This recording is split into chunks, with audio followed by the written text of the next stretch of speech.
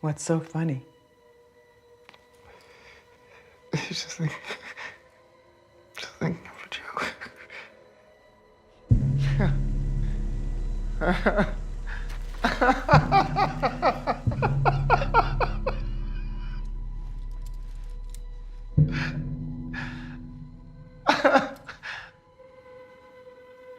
Do you want to tell it to me?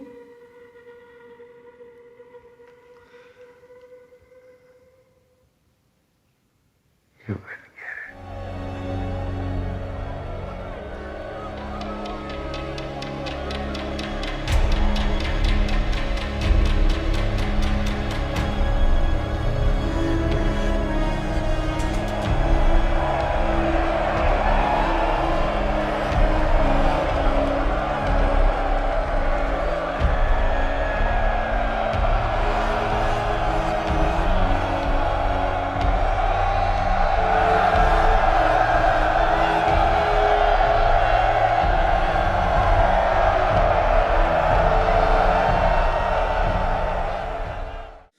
Welcome back everyone, it's Charlie. This is going to be my video for the Joker deleted scene and alternate ending, and obviously a lot of questions about what's going on with the Joker as a character during the new Batman movies that are being made with Robert Pattinson and Matt Reeves. There's a whole bunch of Easter eggs, so if you're new to the channel, be sure to subscribe to get everything. We'll actually do a giveaway for the Joker movie on Blu-ray. All you have to do to enter is be a subscriber and leave your favorite moment from the movie on the video.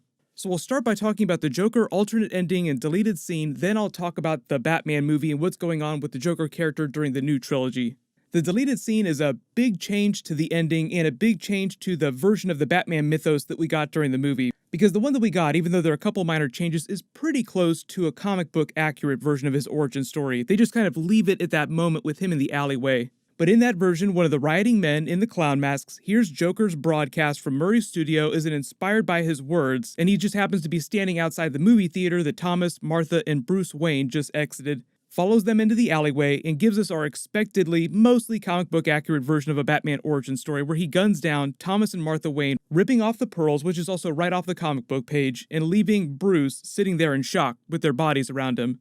You also probably noticed a bunch of Batman Easter eggs as they're exiting the theater too, meta Easter eggs for the Joker character as well, because this is meant to be early 80s era Gotham, and they actually date it because of the movies that are being released as you see on the walls and the posters. Excalibur is just a really awesome old school King Arthur movie. If you've never seen it, I would recommend it. Zorro the Gay Blade is just a comedy version of the classic Zorro story, and then the comedy film Arthur, all three of those were released in 1981, so you say the Joker movie happened in 1981. The one minor change that they made to the classic comic book Batman origin story is the actual movie that they were seeing at the theater before they were gunned down. In the original version of the origin story, it was the 1940 Mark of Zorro movie because adult Batman was created in the comics in 1939, so that just happened to be the most recent version of Zorro that was released publicly. They just changed that to this version of Zorro to be period specific to 1981. I also kind of feel like they included the Arthur comedy movie because it would have been playing around this time and his name is Arthur Fleck during the movie. The alternate version of this ending would have been dramatically different and a much bigger change to the Batman origin story. In the deleted scene, when Joker is in the white clothes at Arkham Asylum talking to his therapist and starts laughing, saying, "I was thinking of a joke, you wouldn't understand it," we would have flashed back to the same scene of Thomas and Martha Wayne dying, but instead of Joe Chill being the one in the clown mask to kill them, it would have been Joker himself killing the Waynes. Then as he turns to walk away, Bruce Wayne starts crying out in shock. Joker pauses a beat, shrugs, turns around, kills Bruce Wayne too, then walks away. It would have definitively answered what their take on the Batman character was. Like, no, there's not going to be a Batman in this universe. Obviously, because that scene didn't make it into the final cut of the movie, it's not canon anymore, and you could still assume that someday there will be a Batman running around this version of Gotham. But you probably understand why they chose to get rid of that scene. It sounds horrifying and just in favor of something a little more toned down, a little more comic book accurate, and way more ambiguous just to give the audience a chance to take their own interpretation.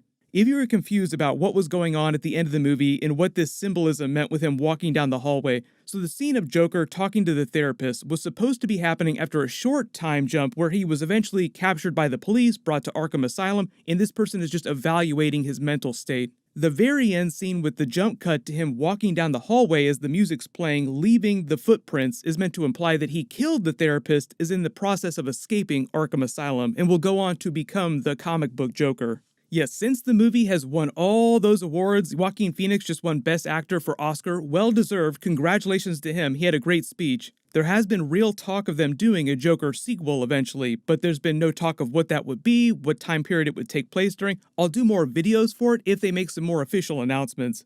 If they really are going to do a sequel, I think one of the best characters they could go for, if they want to do something in the DC Black Label universe that's not connected to any of the other Batman or Justice League films, the Riddler would be a great character to do a spin like you did on the Joker with Joaquin Phoenix. Tom King just did a big story about the war of jokes and riddles. It was all about them battling, the Riddler and the Joker, over who got the honor of killing Batman. It was funny how they almost didn't even care about Batman while this was going on. They were so fixated on each other. So it was really like this big turf war that they had, which I think you could totally do on the lesser scale that these DC Black Labels seem to be, like them spending less than $100 million to make it R-rated.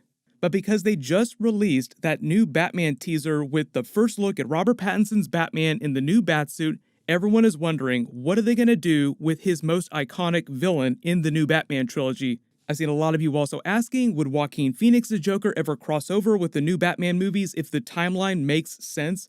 Well, when they were making the Joker movie, Todd Phillips was hyping up his DC Black Label like, this is meant to be separate, I'm doing my own thing, I don't want to have to pay attention to what those other people are doing with the other DC and Justice League characters. Doing it that way is also part of how he sold them on doing a rated R version of the character, because you couldn't really do a rated R Joker trying to cross it over with the PG-13 movies. You would have to tone it way, way down. When people specifically asked Todd Phillips about crossing over with the Robert Pattinson Batman movies, he said definitely not, at least right now. But when you think of this from Matt Reeves' perspective, because he's making a Batman movie, so he has control of pretty much any character that he wants to use from Batman's rogues gallery. Right now, Joker is confirmed to not be in the new Batman movie that they're filming right now as we speak, but eventually they're going to make their way through all of Batman's biggest, most iconic rogues gallery of villains through the other films in the trilogy. You can still get away with not doing Joker in the second movie in the next 2 to 3 years because you still have a ton of awesome classic villains that aren't going to be in the first movie, like Clayface, Mr. Freeze, Two-Face. So early prediction, Matt Reeves doesn't try to use a version of the Joker until the third Robert Pattinson Batman movie, assuming that they do get through a new trilogy and everything goes well. That would be minimum 5 to 6 years before that could even happen, so by that time, they'll be fine to recast a new version of the Joker character if they want to exist within the continuity of those new Batman movies. So as of right now, I don't think there's any plans to cross over Joaquin Phoenix's Joker with any of the other DC movies. If he does Joker 2, it'll be its own thing off by itself. That's kind of the way they're pitching the new Batman movies, is they take place off in their own little bubble of continuity because it's set during a different time period. So he hasn't met Aquaman yet, he hasn't met Wonder Woman, Superman, any of those other characters, so you don't really have to worry about him crossing over with the other Justice League films anytime soon. I realize DC's continuity sounds like it's kind of a mess right now because Birds of Prey is connected to the first Suicide Squad film, but James Gunn is getting ready to release a new Suicide Squad movie, which is kind of a reboot of the franchise. Then you have the Aquaman sequel, which is still technically connected to Justice League. You have Wonder Woman 1984, which is set during the past. So don't worry about it too much right now. Just on a case-by-case, movie-by-movie basis, I will explain the timeline and what's connected, what's not connected. They actually just dropped a bunch of new previews for Wonder Woman 1984, and it seems like we got our first look for what Cheetah actually looks like during that movie, so I might do a breakdown of that sometime soon. But everyone, let me know in the comments, what do you want them to do with the Joker character in the new Robert Pattinson Batman movies? Do you want them to recast a different version of the character, or do you hope that they just skip the Joker altogether and they never do him again inside the Robert Pattinson movies? Everyone, click here to rewatch that new Batman teaser trailer, and click here for my brand new Avengers Infinity Saga deleted scene. Thank you so much for watching. Everybody stay awesome. This is the way.